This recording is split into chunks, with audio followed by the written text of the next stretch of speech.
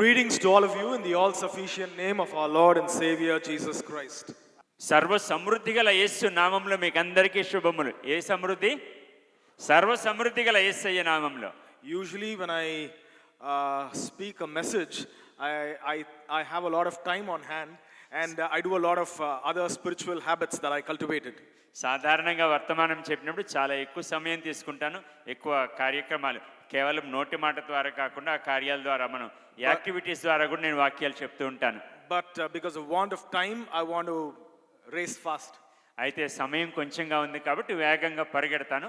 ఎక్కువ సమయం తీసుకుని గాబరా పడకుండా శ్రద్ధగా విందాం. So can we all just for a minute look unto God and say, speak to me Lord through your living word. కాబట్టి ప్రతి ఒక్కరం ఒక్క నిమిషం కళ్ళు మూసుకొని, దేవా జీవం గల నీ వాక్యం ద్వారా నాతో మాట్లాడవా అని దేవుణ్ణి అడుగుదామా? Speak Lord, speak Lord as we listen to you, the words which are pleasing to you. Show us now, Lord, we are ready to do the words which are pleasing to you. Show us now, Lord, we are ready to do. Speak, Lord, as we listen to you. Holy Father, we thank and praise you for gathering us in this manner. పరిశుద్ధ తండ్రి, ఈ రీతిలో మమ్మల్ని సమావేశపరిచావు, నీకు వందనాలు. Once again we want to confess that we are ready to listen. మరి ఒకసారి నీ వాక్యమును వినటానికి మేము సిద్ధంగా ఉన్నామని మరొకసారి నీ పాదాల చెంత ఒప్పుకుంటున్నాం తండ్రి. Speak to us that we may listen and obey you. విని విధేయత చూపగలిగినట్లుగా మాతో స్పష్టంగా మాట్లాడండి తండ్రి. Every force that is trying to hinder this, we pray you would arrest in the mighty name of Jesus. నీ కార్యాన్ని అడ్డగించు ప్రతి శక్తిని యేసు నామంలో నిర్బంధిస్తున్నాం తండ్రి. Continue to intervene with each and every one of us. ఇక్కడ చేరిన ప్రతి ఒక్కరి పక్షాన నీవు చొరవ తీసుకొని కార్యం జరిగించండి. For we ask this prayer in the unfailing name of Jesus our Lord. ఓడిపోలేని యేసు నామంలో మేము అడిగి వేడుకుంటున్నాము తండ్రి. For this afternoon time, I was looking up to the Lord and asking him, Lord, what to tell your people? ఈ మధ్యాహ్న కాలం కొరకు దేవుని సన్నిధిలో కనిపెట్టి నీ ప్రజలకు ఏం మాట్లాడాలయ్యా అని అడిగాను. Because this is a leaders meeting. ఎందుకంటే ఇది నాయకులు సేవకుల సదస్సు. There's a lot of thoughts that have come to my mind. నా మనసులోకి ఎన్నో ఆలోచనలు వరదలాగా వచ్చాయి. But I cannot speak all those things to you. అయితే అవన్నీ నేను మాట్లాడలేను కదా, సమయం కొంచెంగా ఉంది. But just let me put one verse before you for your thought and your meditation. అయితే మీ మనసులో ఒక్క వాక్యం నాటాలని ఆశపడుతున్నాను, మీ తదుపరి ఆలోచనల కొరకు, తదుపరి ధ్యానం కొరకు. But as for now, let's just read verse 23 to begin with. ఈ రోజు ఈ యొక్క మధ్యాహ్న కాల సమయం కొరకు కేవలం 23 చదువుదాం, కొంచెం దాంతో ఆరంభిద్దాం. I would read it for you in English and our brother would read it in Telugu. నేను ఇంగ్లీష్లో చదువుతాను, ఆయన అనువాదం చేసిన ఆయన తెలుగులో చదువుతారు. Proverbs 27:23 says, 27 సామెతలు 23వ వచనం. Know the state of your flocks and put your heart into caring for your herds. నీ పశువుల స్థితి జాగ్రత్తగా తెలుసుకొనుము, నీ మందల యందు మనస్సు ఉంచుము. The Bible is instructing us that we should take good care of our herds. మనకు అప్పగించబడిన మంద విషయంలో జాగ్రత్తతో కూడిన పరిచర్య చేయమని చెప్తున్నాడు. But in order to take good care of our herds, it starts by saying, know your flock. అయితే ఈ యొక్క మంద గురించి జాగ్రత్తగా పరిచర్య చేయటానికి ముందుగా ఒక మాట అంటున్నాడు, వాటి స్థితి తెలుసుకోమంటున్నాడు. I have read it from the NLT version, the New Living Translation. నేను ఇంగ్లీష్లో న్యూ లివింగ్ ట్రాన్స్లేషన్ అనే అనువాదంలోంచి చూస్తున్నాను. If you look up other translations, you would find words like this: diligently understand your flock. ఆ యొక్క ఇతర అనువాదాలు చూస్తే శ్రద్ధతో వాటి పరిస్థితిని అర్థం చేసుకో, అవగాహన చేసుకో, వాటి పరిస్థితి గుర్తించు అన్నట్టుగా పర్యాయ పదాలు మనకు కనబడతాయి. I am aware that all of us here are not pastors. నాకొకటి తెలుసు, ఇక్కడ ఉన్న వాళ్ళందరూ కాపరులు car. But I am also aware అయితే మరొకటి నాకు తెలుసు, that everyone seated here ఇక్కడ కూర్చున్న ప్రతి ఒక్కరూ can become an influencer. దేవుని పరిచర్య నిమిత్తమైన ప్రభావం మాత్రం ప్రజలలో పుట్టించగలరు. And every influencer is a leader in God's sight. దేవుని మహిమ కొరకు ప్రజలను ప్రభావితం చేసే ప్రతి ఒక్కడు దేవుని లెక్కలో నాయకులు. And everybody who have received Jesus Christ as their personal savior are called to lead people. యేసు క్రీస్తుని రక్షకునిగా నమ్ముకున్న ప్రతి ఒక్కరూ ఇతరులను ప్రభు మార్గంలోనికి నడిపించటానికి పిలువబడ్డారు.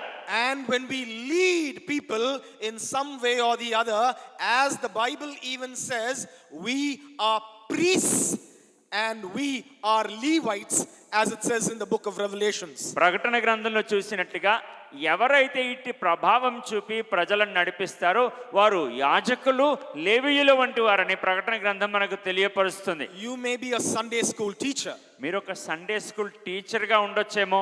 You may be a youth leader. యవనస్తుల నాయకుడిగా ఉండవచ్చేమో. You may be a pastor. లేకపోతే ఒక కాపరిగా ఉండొచ్చు. You may be a care cell leader. లేకపోతే ఒక ప్రేయర్ సెల్, కేర్ సెల్ యొక్క నాయకుడిగా ఉండొచ్చేమో. Whoever you are, నీవు ఏ పరిస్థితిలో, ఏ హోదాలో పరిచర్య చేస్తున్నప్పటికీ, whether the church has given you a role, a responsibility, irrespective of that, వాటికి అతీతంగా సంఘం నీకు ఏమైనా బాధ్యత ఇచ్చుండొచ్చు, ఇవ్వకపోయి ఉండొచ్చు. you are called to lead even your very family members, and that is your flock. గమనించండి, మీకు నాయకులుగా ప్రజలను నడిపించే బాధ్యత అప్పగించబడింది. చిట్ట చివరికి ఒక కుటుంబ యజమానిగా కుటుంబాన్ని నడుపుకోవాలి. ఆ యొక్క గుంపే నీ యొక్క మంద. And so God's word calls us to know our flock well, diligently. కాబట్టి దేవుని యొక్క వాక్యం చెప్తుంది, నీ యొక్క మంద యొక్క పరిస్థితి జాగ్రత్తగా, శ్రద్ధగా తెలుసుకోమని మనవి చేస్తుంది. So that we can care for them. ఆ యొక్క పరిస్థితి తెలిస్తే వారి విషయమైన శ్రద్ధ, వారి విషయమైన పోషణ, నడిపింపు సవ్యంగా ఇవ్వగలం. If you look at the context of where that verse is spoken, and if you do this, what will happen? The results are beautiful. ఏమండి, అవి వ్రాయబడిన పరిస్థితులు, చుట్టూ ఉన్న లేఖనాలు కూడా చూస్తే ఇంకా మీకు వెలుగుంపు కలుగుతుంది, ఇంకా అద్భుతమైన అవగాహన కలుగుతుంది ఆ వచనం గురించి. Just to show you one result that would happen, I would read the 27th verse of that same chapter, Proverbs 27. దాని యొక్క ప్రతిఫలాల గురించి ఆలోచించడానికి అన్నట్టుగా ఒక్క ఉదాహరణ కొరకు అదే వచన క్రమంలో 27వ వచనంలో మనం చూస్తాం. What will happen if you know your flock well? What will happen if you take good care of your herd? నీ మంద యొక్క పరిస్థితి బాగా అర్థం చేసుకుంటే, వారి విషయమైన జాగ్రత్తతో కూడిన శ్రద్ధ తీసుకుంటే పర్యవసానం ఏంటి, దాని ప్రతిఫలాలు ఏంటో మీరు అక్కడ గమనించండి. Let me tell you from verse 27. 27వ వచనంలో నేను నుంచి చెప్తాను. And you will have enough goat's milk for yourself, your family and your servant girls. నీ ఆహారమునకు, నీ ఆహారం కాదు మాత్రమే కాదు, నీ ఇంటివారి ఆహారం, మూడవది నీ పనికత్తెల జీవితమునకు మేకపాలు సమృద్ధిగా ఉంటాయి. నీకు, నీ ఇంటి వారికి, నీ ఇంట్లో పనిచేసేవారికి అంత సమృద్ధి నీకు ఉంటుంది. And when we apply this to the church, ఇది సంఘానికి అన్వయించుకుంటే, and when we apply this to the pastor, కాపరికి దీన్ని అన్వయించుకుంటే, and when he takes care of his flock in this manner, ఈ పద్ధతిలో తనకు అప్పగించబడిన మందను ఈ రకంగా శ్రద్ధ వహిస్తే, as the word of God teaches that everybody who does the ministry of the Lord are supposed to be benefited from the ministry of the Lord, or even supported from that ministry that they do for the Lord. దేవుని యొక్క వాక్యం చెప్పినట్టుగా పరిచర్య చేయువారు పరిచర్యలోని ప్రతిఫలాల ద్వారా పోషించబడాలి, దాని ద్వారా బలపరచబడాలి, దాని ద్వారా తృప్తి చెందాలి, దాని ద్వారా సంతోషమును అనుభవించాలని చెప్పినట్టుగా. And so this makes that very, very clear. కాబట్టి ఈ విషయం అంత స్పష్టంగా ఆ విషయాన్ని మనకు తెలియపరుస్తుంది. that when we take care of our flock in this manner, we can be benefited through that. మనము మన మందలను ఇట్టి విధంగా జాగ్రత్త వహిస్తే ఇటువంటి ప్రతిఫలాలు మనం పొందుకోగలమని లేఖనం మనకు తెలియపరుస్తుంది. I have no two thoughts about that. దాని గురించి నాకు రెండు ఆలోచనలు లేవండి, ఒకే ఒక్క ఆలోచన. But everybody who serves అయితే సేవ చేసే ప్రతి ఒక్కరూ should not focus on these things alone. వీటి మీద మాత్రమే శ్రద్ధ పెట్టడం మాత్రం తగదు. I'm so sorry and saddened and in pain. I'm saying that there are so many pastors who have used their flock for their own benefits. ఎంత విచారకరం అంటే, ఎంత విషాదం, ఎంత దుఃఖం, గుండె పగిలిపోతుంది. కొంతమంది కాపరులు మందని తమ స్వప్రయోజనానికే వాడుకుంటున్నారు. To an extreme level. ఎంత విస్తరించి వెళ్ళిపోతుంది, స్వార్థమే వెళుతుంది అన్నట్టుగా వారు వాడుకుంటున్నారు మందని. But I thank and praise God అయితే దేవునికి వందనాలు చెల్లిస్తున్నాను. that even as Brother Augustine Jabkumar started this meeting, he made one thing very clear. Augustine Jabakumar గారు ఈ మీటింగ్ ప్రారంభించినప్పుడు ఒకటి చాలా స్పష్టంగా చెప్పారు. There are other meetings that people attend ఇతర సభలున్నాయి ప్రజలు వెళ్ళేవి, where the focus is on what we will get by believing on the Lord or by serving the Lord. అయితే అక్కడ చెప్పే అంశాలన్నీ ఎలాగుంటాయంటే, ప్రభువును సేవించడం బట్టి నాకేంటి లాభం, నాకేంటి ప్రయోజనం, నాకేంటి మేలు, నాకేంటి దీవెన. But this meeting is all about not just what we will get, those are all add-ons, but what we can give, what we can contribute, how we can influence, how we can make an impact. అయితే ఈ సభలు మాత్రం దేవుని కొరకు నేను ఏమి ఇవ్వగలను, దేవుని కొరకు ఏది త్యాగం చేయగలను, దేవుని కొరకు ఏ పనిని చేయగలను, దేవుని పని కొరకు ఏ ప్రభావం చూపగలను, దేవుని కొరకు ఏ రీతిలో అర్పణ అయిపోగలను. So in the less time that I have on hand, I just want to remind you, నాకు కలిగిన తక్కువ సమయంలో నేను ఒక్క విషయం ప్రత్యేకించి మీకు జ్ఞాపకం చేయాలని ఆశపడుతున్నాను. how dangerous it would be ఎంత ప్రమాదం అండి ఈ విషయాల్లో, if our focus will only be to get things from our congregation, or it may be just one person, one soul that we brought to Christ through them. If we are trying to benefit out of that, what would be the danger?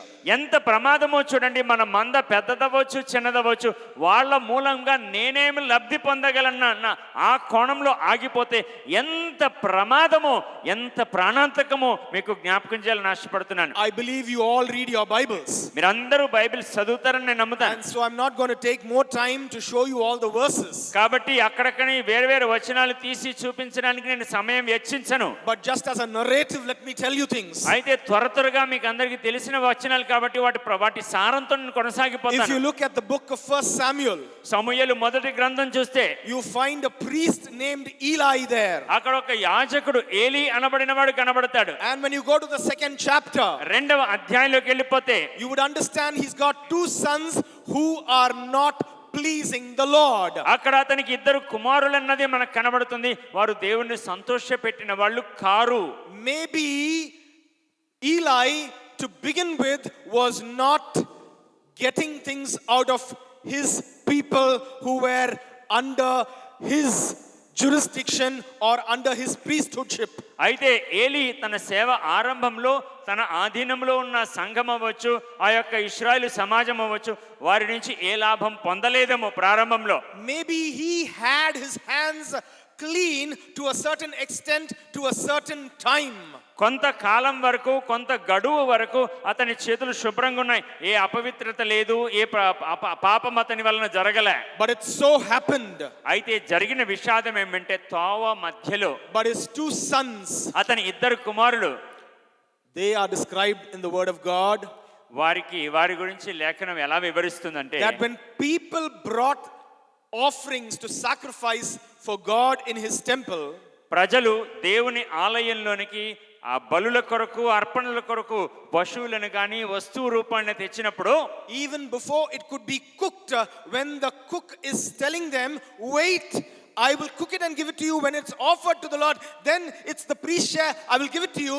These guys could not wait. They were so impatient. ఆ ఆలయంలో ఆ అప్పగించబడిన బలి పశువు వండబడుతుండగా కూడా వారు ఆగలేకపోతున్నారు. ఈ వంట మనిషి అంటున్నాడు, అయ్యా ఆగండి, ఉడకనివ్వండి అయ్యా అంటే కూడా అంతవరకు కూడా ఆగలేని పరిస్థితి వీళ్ళది. So much so ఎంత దాకా వెళ్ళిపోయింది కథ అంటే, that people who wanted to give offerings to the Lord were becoming so hard-hearted. They were kind of having a stumbling block before them because of these two people.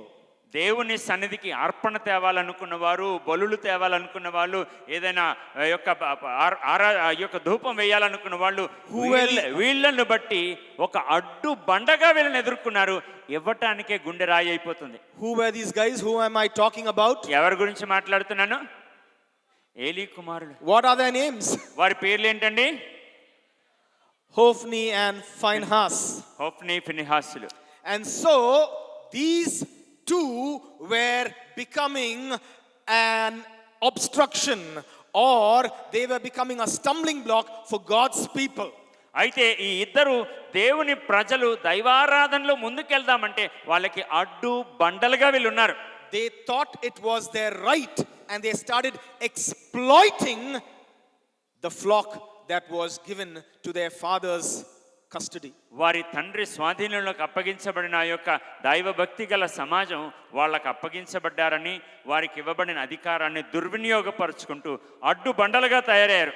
Although they came in the pastor's lineage, వారు లెక్క ప్రకారం కాపరి ఆ వంశంలో పుట్టినప్పటికీ, but the Bible tells that they were not like pastors' lineage. అయితే Bible చెప్తున్న మాట, పాస్టర్ల వారసత్వం వారిలో ఏమాత్రం లేదని బైబిల్ They were చెప్తుంది. perverted, wicked men.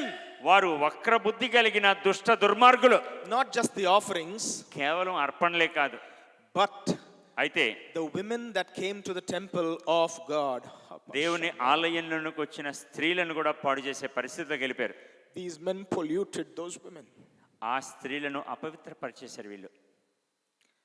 Today, with a burdened heart, ఈరోజు వేదన భరితమైన హృదయంతో, sensing in my spirit నా ఆత్మలో నేను గుర్తిస్తున్నాను, that some కొంతమంది have done this even in this crowd. ఈ మందలో కూడా కొంతమంది అటువంటి కార్యాలు చేసిన వారు ఉన్నారేమో అనిపిస్తుంది. God entrusted and gave that flock, that particular lamb to you. దేవుడు తన అత్యధికమైన కృప చేత ఆ మందను, ఆ గొర్రెపిల్లని నీ చేతిలో పెట్టాడు. But you have polluted that. ఆ గొర్రెపిల్లను, మందను నీవు అపవిత్రం చేసావు. You have abused that. నీకు ఇవ్వబడిన ఆ యొక్క అధికారం, అభిషేకాన్ని దుర్వినియోగం చేసావు. But if even today you would repent, అయితే ఈ రోజైనా పశ్చాత్తాపడితే, and you would say, Lord, ప్రభువా అంటావా, I'm really sorry. నిజంగా పశ్చాత్తాపడుతున్నాను తండ్రి. Get me out of the mess that I have created for myself. నా జీవితం ఎంత చిక్కులో పెట్టుకున్నానో దాని నుంచి బయటికి రప్పించు తండ్రి. Because today my ministry is going on. ఎందుకంటే వెలిచూపుకు సేవ బాగా జరుగుతుంది. But Ichabod has come into my ministry. అయితే ఇకబోత్ అన్న పరిస్థితి నా సేవలోకి వచ్చింది. మహిమ తొలగిపోయిందా? What does, yes, Ichabod means the glory of God has departed. ఇకబోత్ అంటే దేవుని మహిమ తొలగిపోయిందని. Ministry is going on. బయటికి గంభీరమైన సేవ కనబడుతుంది, లోనంతా డొల్లే. Activities are there. కార్యక్రమాలు జరుగుతున్నాయి. So many things are looking as if they are all well. అన్నీ బాగున్నట్టుగా వెలుచూపు కనబడుతున్నాయి. But the glory of God has departed. అయితే దేవుని మహిమ తొలగిపోయింది. That's the biggest danger అన్నిటికంటే పెద్ద ప్రమాదం అండి అది. of any kind of ministry ఎటువంటి సేవకైనా, and anybody who does not take care of their flock తమ well. మందను చూసుకోవలసిన జాగ్రత్తతో చూసుకోకపోతే వారికి కలిగే శ్రమ ఇదే. But on the other hand, మరోపక్క we look at this great man called Paul. మరోపక్క మనకు గొప్ప దైవజనుడైన పౌలు కనబడుతున్నాడు. పౌలు, This great missionary named Paul, he has a mentee who he continues to mentor throughout. ఆయన సేవలో మరికొంతమంది యవనస్తులు ఉన్నారు. వాళ్ళని జీవితకాలం తర్బీదు చేస్తున్నాడు సేవ కొరకు. It starts all the way in the 16th chapter of Acts of the Apostles. అపోస్తల కార్యాలు 16వ అధ్యాయంలో ఆ వృత్తాంతం మొదలవుతుంది. It even started in Timothy's grandma's days. వాస్తవానికి తిమోతి యొక్క అవ్వ యొక్క దినాల్లో మొదలైంది. His first missionary journey, he brought his granny and his mom Lois to the Lord. అతని తొలి మిషనరీ జర్నీలో ఈ తిమోతి యొక్క అవ్వ యూనిస్ని తర్వాత తన అమ్మ లూయిని ఆ రక్షణలోకి నడిపించాడు. But the beauty of this man of God's ministry, this missionary's ministry, అయితే ఈ మిషనరీ యొక్క జీవితంలో ఉండే అత్యంత సుందరమైన విషయం ఏంటంటే, when many have deserted him, చాలా మంది అతన్ని వదిలేసి పారిపోయినప్పటికీ he is in search of whom to take along. ఈ ఎంతో మంది నమ్మిన వాళ్ళు నమ్మక ద్రోహం చేసిన సమయంలో ఎవరిని వెంటబెట్టుకుని వెళుదుమా అనుకున్నప్పుడు, He's got one Timothy already ready there. అక్కడ వెళ్ళేటప్పటికి ఒక తిమోతి అప్పటికే సిద్ధంగా కనబడుతున్నాడు. Although his father is a Greek, ఏమండి, తిమోతి గారి తండ్రి గారు Greek దేశస్థుడు, but his mom is a Jewess. అయితే తల్లి మాత్రం యూదురాలు. And she came to the Christian faith, her mother came to the Christian faith, and that faith is imputed in this Timothy now. ఈ యొక్క అవ్వగారైన ఆ యొక్క ముసలావిడ దగ్గర తర్వాత తల్లి గారి దగ్గరికి అక్కడి నుంచి ఈ తిమోతి గుండెకాయలోకి ఈ యొక్క విశ్వాసం విత్తబడింది, నాటబడింది, పెట్టుబడిగా పెట్టబడింది. I can identify a little with this Paul, slightly, just a little. ఈ పౌలు యొక్క జీవితంతో కొంచెం ఏకీభవించగలను నా యొక్క పరిస్థితిని. I had been placed in the same Varanasi in the year, I think it was 97, 98, I guess. 97, 98 సంవత్సరాల్లో వారణాసిలో ఉన్నా నేను. That time when I was doing ministry in Varanasi, I was a bachelor. అప్పుడు మినిస్ట్రీ ఆ సేవ జరిగించినప్పుడు వివాహం జరగలేదు. And we used to do ministry even with other organizations. We used to club together and do ministry. ఇతర సేవా సంస్థలతో కూడా జతై జోడియే మేము సేవలు జరిగించేవాళ్ళం. And one such minister's son, you know, I remember the days where his nose used to leak and we used to take the handkerchief and wipe it and take care of such children. నాతో పాటు ఒక machinery యొక్క కొడుకు ఉండేవాడు. ఆయనకి అస్తమాటికి చీముడి ముక్కు kerchief తీసి తుడిచేసి అలాగా పిల్లలకి పరిచర్య కూడా మేము నేర్చుకున్నాం. We've spoken the gospel and today these boys have grown up. ఆ యొక్క రీతిలో సువార్త చేసాం. ఆ పిల్లలు పెద్దోళ్ళు అయ్యారు. And today now when I'm in Varanasi again after these many years, ఇప్పుడు వారణాసి ఇన్ని సంవత్సరాల తర్వాత వెళ్తే this boy has become an advocate. ఈ అబ్బాయి ఒక అడ్వకేట్ అయిపోయాడు. ఇప్పుడు he has joined a mission ministry called ADF. ఇప్పుడు ఒక మిషనరీ సంస్థ ADF యొక్క చట్టపరమైన సహాయం హింసించబడుతున్న క్రైస్తవుల కొరకు ఏర్పాటైన దాంట్లో చేరాడు. And that stands for Alliance Defending Freedom. And these people come to the aid of pastors, ministers of God who are being persecuted. These people will come and fight their case to take them out of the jail.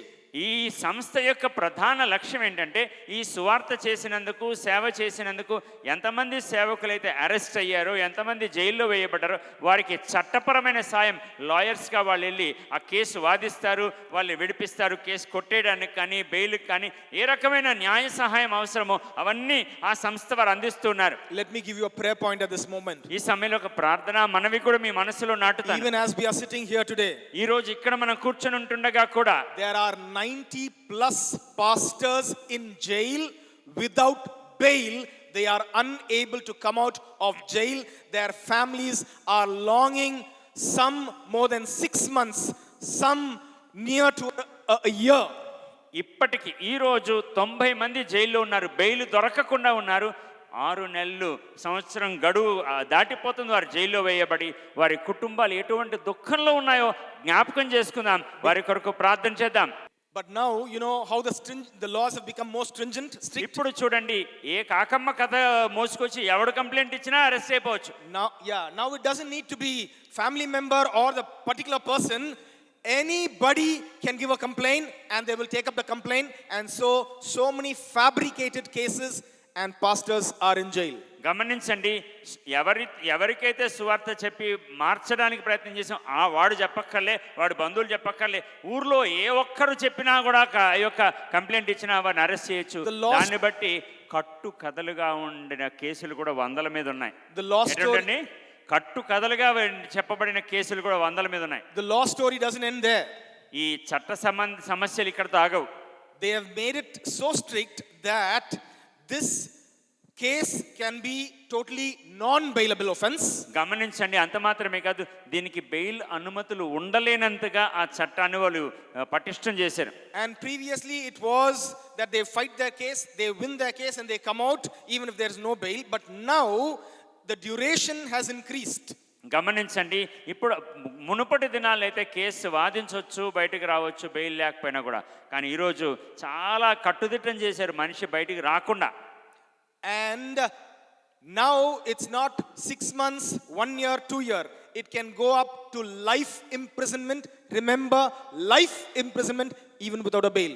గమనించండి, ఒకానొకప్పుడు అంటే 6 నెలలు సంవత్సరం శిక్ష ఉండేది. కానీ ఇప్పుడైతే 14 సంవత్సరాల జీవిత ఖైదీతో మనిషిని లోపటుంచే బెయిల్ లేకుండా. That's the kind of environment we are serving, and I am responsible for 90 plus pastors, in fact zonal leaders above them, area leaders above them, and that's my responsibility. I take care of UP, I take care of Jharkhand, I take care of parts of Maharashtra, and I take care of parts of MP, Madhya Pradesh. అటువంటి వాతావరణం కలిగిన ఆ రాష్ట్రంలో నేను పరిచర్య చేస్తున్నానండి. నా చేతి కింద 90 మంది సేవకులు ఉన్నారు.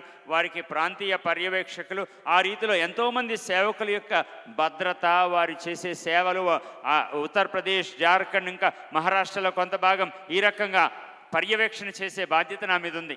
So tomorrow if there's a case on Paul Bands, don't be surprised. కాబట్టి రేపు ఉదయాన్నే మీకు పాల్ బ్యాండ్స్ మీద కేసు ఫైల్ అయిందని వింటే గనక ఆశ్చర్యం ఏమీ పడక్కర్లే. But you know what?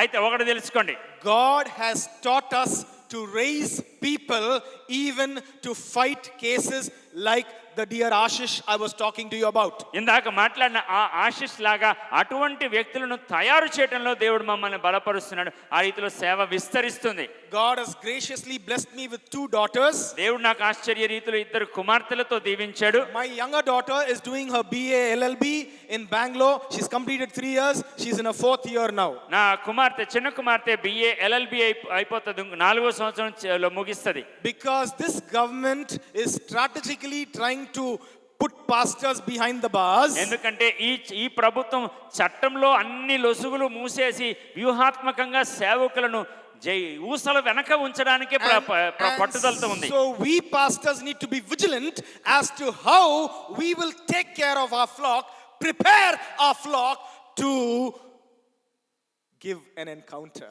గమనించండి, కాబట్టి సేవకులమైన మనం మెలకువ కలిగి ఉండాలి, చురుకుదనం కలిగి ఉండాలి, జ్ఞానం కలిగి ఉండాలి, తెలివి కలిగి ఉండాలి. ఇటువంటి ప్రతికూల పరిస్థితుల్లో కూడా సువార్తను దూసుకునే వెళ్ళేటట్టుగా ముందుకు తీసుకెళ్ళగలగటానికి.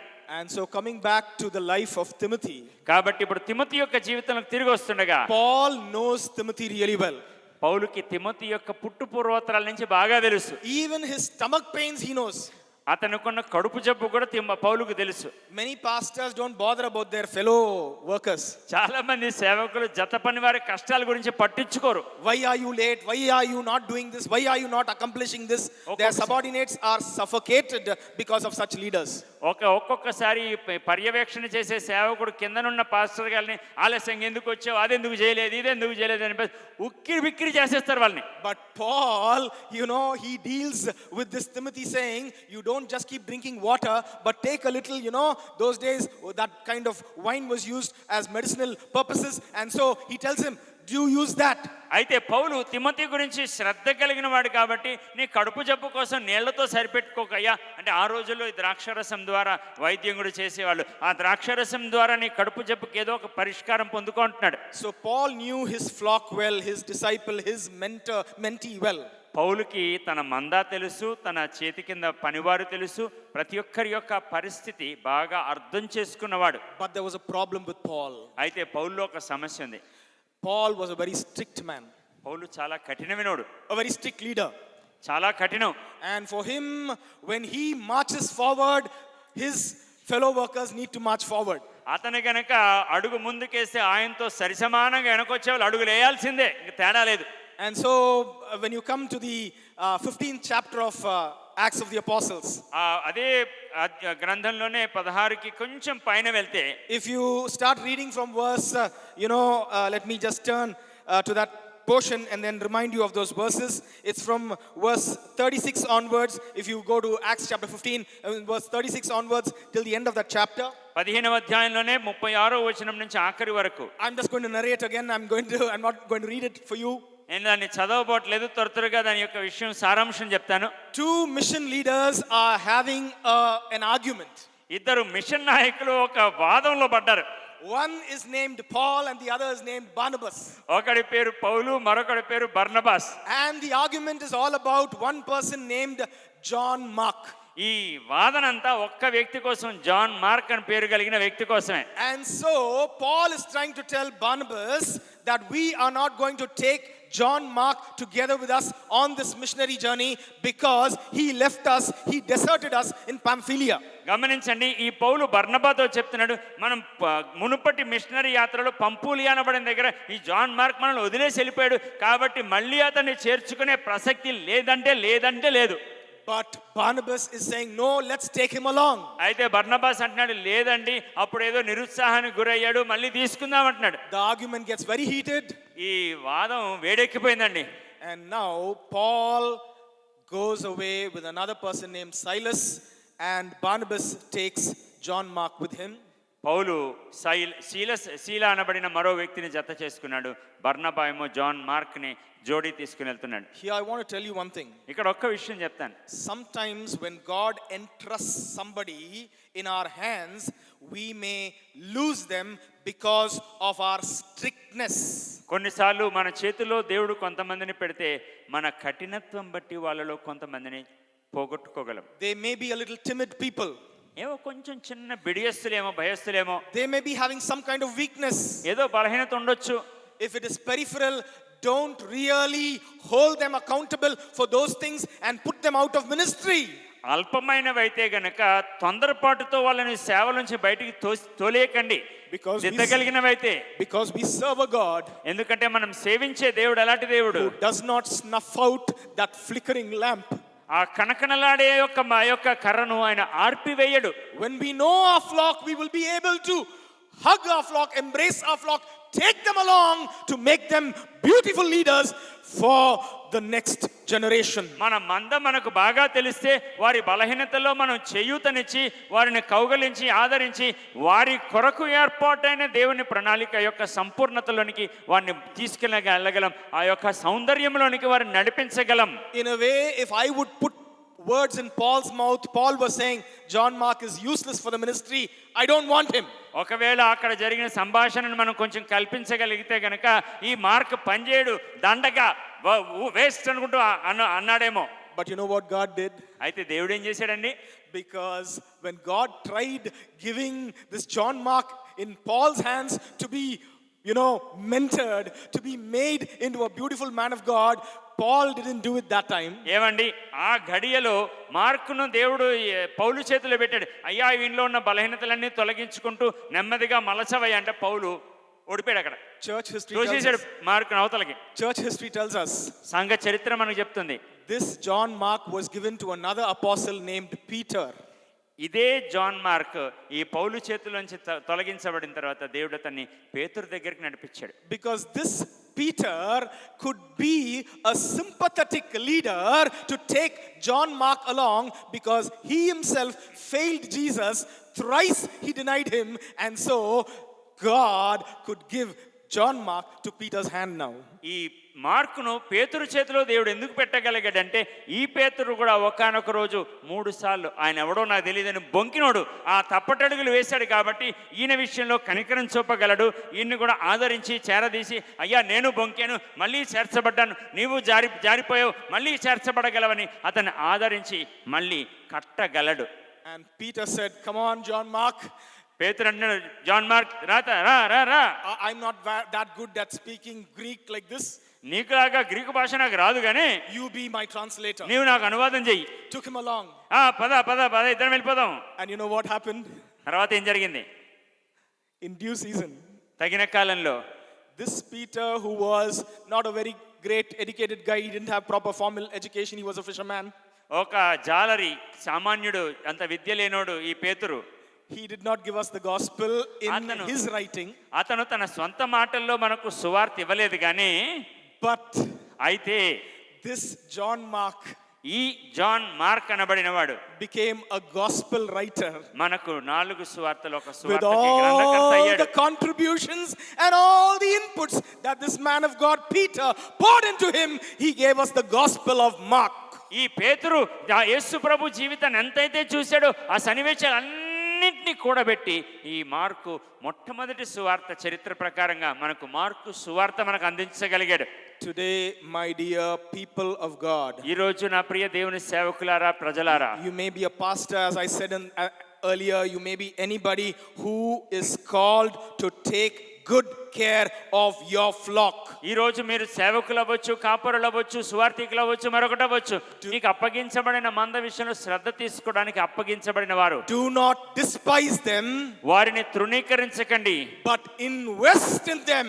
వారిని దేవుని పని కొరకైన ఒక పెట్టుబడిలాగా వారిలో మీ ఆత్మీయ అభిషేకాన్ని కుమ్మరించండి. Don't say these youth guys are not serious, they are not reliable, you cannot give them a thing to handle, they will spoil. Don't say that. ఈ యవనస్తులు ఉన్నారే, బాధ్యత లేదు, జాగ్రత్త లేదు, అన్ని పాడు చేస్తారు, తక్కగా నడుస్తారని చెప్పేసి వాళ్ళని తోలనాడకండి. Take them along. వారిని కూడా తీసుకెళ్ళండి. God has called you to care for them, వారి విషయమై శ్రద్ధ వహించడానికి దేవుడు మిమ్మల్ని పిలిచాడు. and you will see them flourishing in the days to come for the kingdom of God. దేవుని రాజ్యం కొరకు వారు బలమైన పనిముట్లుగా ఆయత్తపరచబడటం మీరు తగిన కాలమందు చూస్తారు. నమ్మితే గట్టిగా స్తోత్రం చెప్పండి. There's a beautiful psalm of Solomon. Solomon రాసిన మంచి యొక్క కీర్తన ఉంది. We like to read that psalm, and we are all praises for that psalm. ఏమండి, ఆ కీర్తన అంటే మనకు చాలా ఇష్టం, దాన్ని బాగా పొగుడుతాం కూడా. Let me remind you of that psalm. ఆ కీర్తన జ్ఞాపకం చేస్తాను. I think I'm okay. I've crossed time, but you're okay with me? ఏమండి, సమయం దాటిపోతుంది, మీరు ఓకే అంటే చెప్తాను. Thank you. కొంతమంది ఓకే అంటారు, మిగిలికి ఆకలేస్తున్నట్టుంది. Praises to be దేవునికి మహిమ కలుగును గాక. Psalm 127. 127వ Keerthana. And if you look at that psalm, ఆ కీర్తన చూస్తే it starts off so beautifully. చాలా చక్కగా మొదలవుతుంది. It talks about, unless the Lord builds a house, the work of the builders is wasted. యెహోవా ఇల్లు కట్టించిన ఎడల దాని కట్టువారి ప్రయాసము వ్యర్థమే. And unless the Lord protects a city, guarding it with sentries will do no good. యెహోవా పట్టణమును కాపాడని ఎడల దాని కావలి కాయువారు మేలుకొని ఉండుట.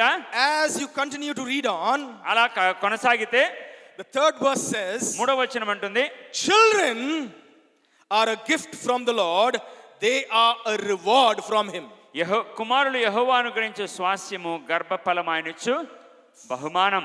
Fourth verse says, 4వ వచనం అంటుంది, children born to a young man are like arrows in a warrior's hands. యవన కాలమందు పుట్టిన కుమారులు బలవంతుని చేతిలో బాణముల వంటి Fifth వారు. verse says, 5వ వచనం అంటున్నాడు, how joyful is the man whose quiver is full of them. He will not be put to shame when he confronts his accusers at the city gate. వారితో తన అంబులి పొది నింపుకొనువాడు ధన్యుడు. అట్టివారు ఏమవుతారు? సిగ్గుపడక ఎక్కడ గుమ్మములో తమ విరోధులతో ఏం చేస్తారు? వాదించి గెలుస్తారు. The Bible is painting a picture. Bible మంచి చిత్రాన్ని, ఊహా చిత్రాన్ని గీస్తుంది. Just try to imagine this picture. ఇక్కడ వ్రాయబడిన మాటల్ని ఊహా చిత్రంలాగా అనుకోండి. In those ఇలా days, ఎలా నిలబడి యవన ఆ యొక్క బాణాల్లాగా నిలబడి, in those days you can fight with swords. ఆ రోజుల్లో కత్తులతో యుద్ధాలు చేయొచ్చు. And when the enemy is coming to attack, the accusers coming to attack at the city gate, you can rush with spears. ఒకవేళ దూరంలో ఉండి యొక్క పట్టణం యొక్క గవిని దగ్గర, గేట్ దగ్గర వారు ఉన్నారంటే ఈ బల్యాలతో పరిగెట్టొచ్చు. But the Bible is teaching us one beautiful principle. అయితే బైబిల్ ఇంకా అద్భుతమైన నియమం నాకు నేర్పిస్తుంది. The man who has young men in his quiver, in his flock, in his congregation, he doesn't need to go to the city gate to attack the enemy. He can just take it from the quiver and he can shoot that arrow. It will meet the enemy at the city gate. Rabba Shandala Badaraba. తన మందలో యవనస్తులను కలిగిన వాడు అతను గుమ్మం దగ్గరికి వెళ్ళక్కర్లే, దూరం నుంచే ఆ బాణాన్ని ఇలా తీసి సంధిస్తే ఆ గుమ్మం అవతల నుంచి వాళ్ళని తోలివేయగలడు. హల్లెలూయా. So if your congregation has youth, కాబట్టి మీ మందలో యవనస్తులుంటే be encouraged this afternoon. ధైర్యం పొందండి. ఈ You మధ్యాహ్నం need to be a joyful person. మీరు సంతోష భరితులు అవ్వాలి. If you're saying, I don't have own biological children, even you can be happy because you can have spiritual children in the Lord who can face the enemy in this manner. ఒకవేళ నీకు శరీర సంబంధమైన సంతానం లేకపోయినా నీ మందలో ఉన్నారు కాబట్టి వారిని బట్టి జయించగలవని సంతోషించండి. But all it takes, అయితే దాని అంతటికి are you willing to care for the Gen Z? ఈ జెన్సీ అనబడిన యవనస్తులను దేవుని పరిచర్య కొరకు దేవుని మార్గాల్లో నడపడానికి శ్రద్ధ కలిగి మిగిలిన భర్తీ చేయండి మీరే. We may not be there to ఎవరు serve them. చెప్పట్లే, శ్రద్ధ కలిగి ఉంటాము. We may not be there to serve them. వచ్చే తరంలో మనం ఉండకపోవచ్చు ఇంకొన్ని సంవత్సరాల తర్వాత. Who we raise up in the Lord will take care of that service. అయితే ప్రభువులో ఎవరిని సిద్ధపరుస్తామో రానున్న తరంలో సేవ చేసేది వాళ్ళే. God is raising an army. దేవుడు ఒక సైన్యాన్ని సిద్ధపరచుకుంటున్నాడు. Would you put your youth in that army? ఆ సైన్యంలో మీ సంఘంలోని యవనస్తులను భర్తీ చేస్తారా దాంట్లో ఆ యొక్క సైన్యంలోకి? Can we just remain with our eyes closed in God's presence as I want to draw a conclusion to what I'm trying to tell you? నేను చెప్తున్న అంశాన్ని ఒక ముగింపులోకి తెస్తుండగా ప్రతి ఒక్కరూ కళ్ళు మూసుకొని మీ హృదయాలు దేవుని ఎదుట పెట్టుకుని, అవును తండ్రి వినిన వాక్యాన్ని బట్టి మేము ఈ రీతిలో స్పందిస్తామని సిద్ధపరచుకోగలరా? We as a missionary organization మేము ఒక మిషనరీ సంస్థగా are trying to train the Gen Z. ఈ జెన్సీ వాళ్ళని మేము తయారు చేయడానికి సిద్ధపడుతున్నాం. And we call it the Gen Next training program. Gen Next అనబడిన ఒక ప్రత్యేకమైన ట్రైనింగ్ ప్రోగ్రామ్. వాళ్ళు దేవుని కొరకు ఎలా సాక్షులుగా బ్రతకగలరని 19-year-olds till 25-year-old youth are brought into that, boys and girls. దాంట్లోకి 19 సంవత్సరాల వయసు నుంచి 25 సంవత్సరాల మధ్యలో ఉండే అబ్బాయిలు అమ్మాయిలకి ప్రత్యేకమైన శిక్షణ ఉంటుంది. They are being trained to serve the Lord in different fields. వారు దేవుని యొక్క సేవలో విభిన్నమైన కార్యక్రమాల్లో బాధ్యత వహించడానికి వారిని తర్బీదిస్తున్నాం. Why? Because కారణం ఏంటంటే we as pastors cannot enter the medical hospital to give the gospel there. ఎందుకంటే ఈ హాస్పిటల్స్ లోకి పాస్టర్స్ గా మేము అడుగు పెట్టలేం. Among the nurses, among the hospital staff, we cannot give the gospel. ఆ యొక్క వైద్య సిబ్బంది మధ్యలోకి వెళ్ళి మేము సువార్త చెప్పలేము. But if we train a Gen Next person, అయితే ఒక జెన్ నెక్స్ట్ లో ఒక యవనస్తుడిని ఆ యొక్క వృత్తిలో సిద్ధపరిస్తే, in the medical field, medical వృత్తిలో వారిని సిద్ధపరిస్తే, that person can serve the Lord in that kind of a అక్కడ ఆ department, in that వృత్తి field. చేస్తూ సాక్షిగా తన ఇరుగు పొరుగు వారికి యొక్క రోగులకు కూడా వైద్యంతో పాటు సువార్త కూడా అందించగలడు. I as a pastor cannot share the gospel with pilots. Pilots తో నేను కాపరిగా నేను సువార్త చెప్పలేను. But my Gen Z, if he is trained to become a pilot, he can go or she can go and serve the Lord among pilots. ఇప్పుడు ఈ జెన్సీలో జెన్ next ద్వారా తర్బీదు పొందితే వారు పైలట్లు అయ్యి పైలట్ గా ఉంటూ తన సహచరులకి సువార్త చెప్పగలడు. Don't just think about the elite groups alone. ఏదో కేవలం ఈ యొక్క ప్రత్యేక గుంపుల గురించి మాత్రమే ఆలోచించకండి. Only the well educated, the elite group, just don't think about them. కేవలం చదువుకున్న వారు ఉన్నత హోదాలు కలిగిన వారిని ఆలోచనకు హద్దులు పెట్టకండి. We have another training program, మరో ట్రైనింగ్ ప్రోగ్రామ్ ఉంది, and that is called VVP. దాని పేరే VVP. And that stands for Voluntary Village or Vicinity Pastor. Voluntary vicinity pastor, స్వచ్ఛందంగా గ్రామీణ సేవకులు. And so these voluntary or village or vicinity, when I say village, they may be just even a farmer, or they may be even a cobbler, people like that. ఏమండి, ఈ VVP అన్న దాంట్లో కాపరి కాదు, సేవకుడు అంటున్నాం. ఎందుకంటే వాళ్ళు సంఘ కాపరులు కాకపోవచ్చు, ఒకవేళ రైతు అవ్వచ్చు, చెప్పులు కుట్టుకునే వాడవచ్చు, ఏదైతే అవ్వచ్చు తన పరిధిలో సాక్ష్యం నిలపగలడు. They may be just a person who's washing vessels in somebody's house. లేకపోతే ఎవరింట్లోనో పాచిగిన్నెలు తోమే వ్యక్తి అవ్వచ్చు. But if they want to lead a group to the Lord, they want to mentor a group, they want to, become a servant of God like that, we give them also training.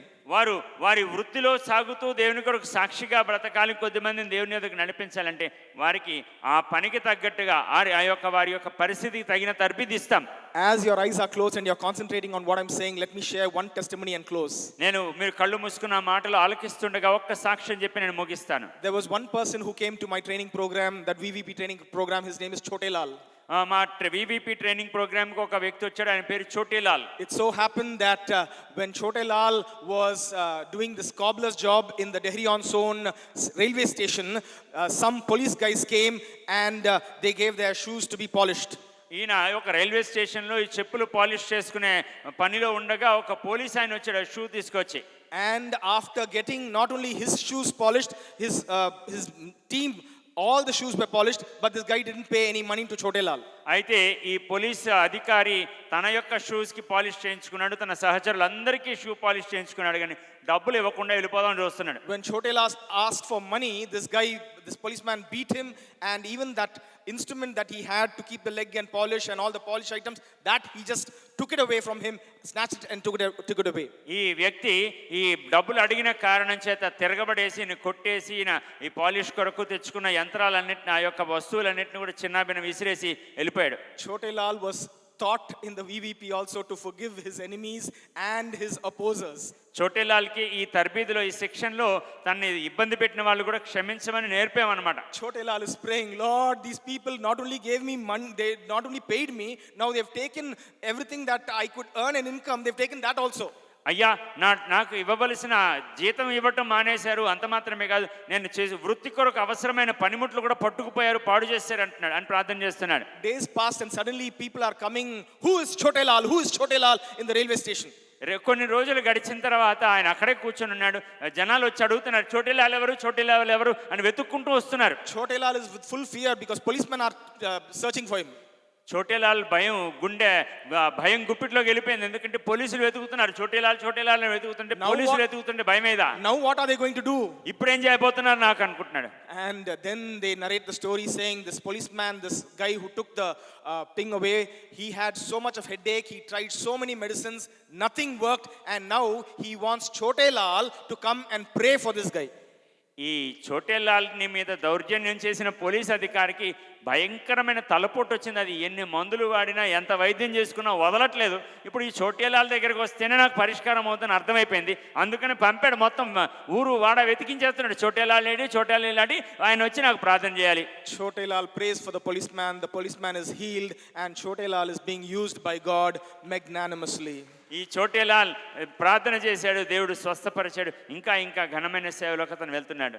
Let me ask you one question before we close. ముగింపుకు ముందు ఒక్క ప్రశ్న వేస్తాను. Who has God entrusted in your hand that you would train and mold for the Lord and his kingdom?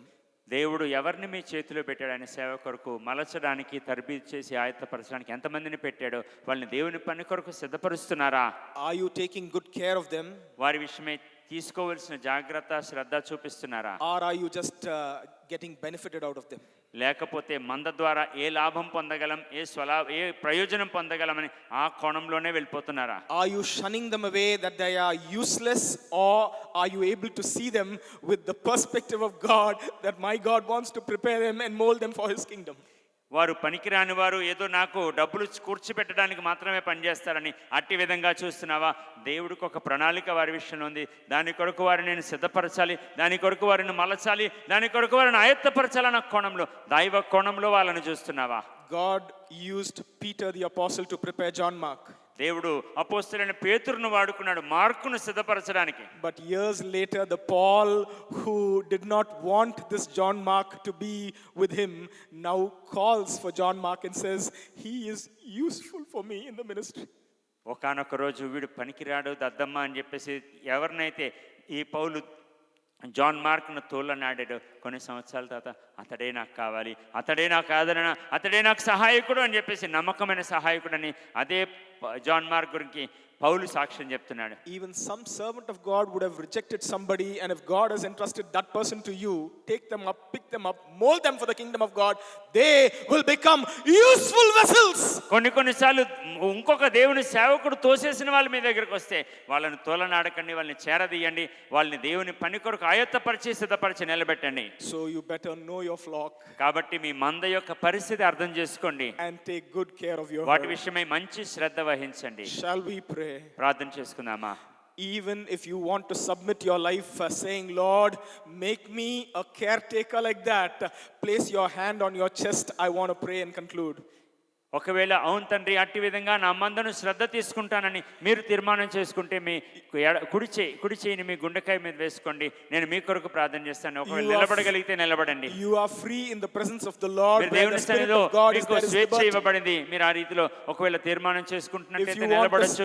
మీ కుడి చేయిని మీ గుండె మీద వేసుకుని మిమ్మల్ని మీరు సమర్పించుకోండి. If you want to kneel in God's presence, you can submit your life kneeling to God. ఒకవేళ మీకు మోకరించడానికి ప్రేరేపణ వస్తే దేవుని సన్నిధిలో మోకరించొచ్చు. దేవుడు మీ సమర్పణ చూస్తున్నాడు. If you want to stand and place your hand on your chest, you can do that before God. ఒకవేళ కేవలం నిలబడటానికి మీ ఆరోగ్యం అనుమతిస్తే ఆ రీతిలో చేయొచ్చు. మీ హృదయం ప్రేరేపించి మోకరించమని ప్రేరేపిస్తే మోకరించవచ్చు. మధ్యలోకి వచ్చేయండి. ఒకవేళ కుర్చీల మధ్యలో మీకు మోకరించడానికి వెసులుబాటు కలగకపోతే మధ్యలోకి వచ్చేయచ్చు. మధ్యలోకి వచ్చేసి మోకరించవచ్చు. అటువంటి ప్రేరేపణ కలవారు ఖచ్చితంగా దేవుడు మీ సమర్పణ చూస్తున్నాడు. Like Ashish was saying in the morning, our driving force should be because we love the Lord, because he loved us. That reciprocation should be the motivation of our ministry. Ashish గారు ఉదయకాల వర్తమానంలో చెప్పినట్టు మనల్ని ప్రేరేపించేదేంటి? ఆయన నన్ను ప్రేమించాడు, ఆ ప్రేమే నన్ను బలవంతం చేస్తుందని చెప్పగలరా? Let's submit our lives to the Lord. మన జీవితాలు ప్రభువుకు సమర్పించుకుందాం. I will serve you because I love you. You have given life to me. I was nothing when you found me. You have given life to me. I will serve you because I love you. You have given life to me. I was nothing when you found me. You have given life to me. Heartaches, broken people, ruined lives are why you died on Calvary. Your touch is what I long for.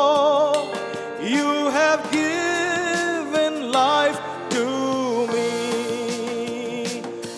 I will serve you because I love you. You have given life to me. How many times has the Lord forgiven you and accepted you to be in his ministry, to continue to use you? నీవు ఎన్ని పొరపాట్లు చేసినా ప్రభు ఎన్నిసార్లు నిన్ను క్షమించాడు, సేవలో కొనసాగించడానికి అవకాశం ఇచ్చాడు. Can you be forgiving to the other brother who is weak, the other sister who is weak? బలహీనంగా ఉన్న ఇతర సహోదరుల విషయంలో అదే జాలి కనికరం నీవు చూపగలవా? Embrace them and take them along. వారిని కౌగిలించుకుని వారిని కూడా తీసుకునేళ్ళు. For our God is willing to use that flickering lamp also. ఆ మకమకలాడే ఆ యొక్క కర్రను జనుపునారని కూడా వాడుకోవడానికి దేవుడు ఇష్టపడుతున్నాడు. As you submit your life, మీ జీవితం మనకు అప్పగించుకుంటుండగా let's pray. Holy Father, we just thank you and praise you. పరిశుద్ధమైన తండ్రి, మేము నీకు వందనాలు స్తుతులు that these beautiful people are committing their lives ఈ మంచి ప్రజలు నీకు తమ జీవితాలు అప్పగించుకుంటున్నారు to know their flock, వారి మందను గుర్తెరగటానికి, to take good care of their flock, వారి మందల గురించి శ్రద్ధ వహించడానికి, not to exploit their flock, వారిని దుర్వినియోగపరచుకుని ఉండడానికి, but to build them for your kingdom, వారిని నీ రాజ్యం కొరకు నిర్మించడానికి, so that in the days to come రానున్న రోజుల్లో there would be an army ఒక గొప్ప సైన్యము సిద్ధపడును గాక. serving you in Vizag, విశాఖపట్నంలో నిన్ను సేవించు సైన్యము ఆయత్తపడును గాక. serving you across our land, మా దేశ నలుమూలలా నీ కొరకైన సేవకులు ఆయత్తపడుదురు గాక. and in lands where you would choose their mentees to go. వారి యొక్క శిష్యరికంలో ఏర్పడిన వారు ఏ స్థలములో సేవ చేయడానికి ఉన్నారు అక్కడికి వారు వెళ్ళుదురు గాక. For we ask this prayer ఈ ప్రార్థన మేము in Jesus' mighty unfailing name. ఏ విధమైన ఓటమి ఎరుగని యేసు శక్తిగల నామములో ప్రార్థిస్తున్నాము. Amen. ఆమేన్.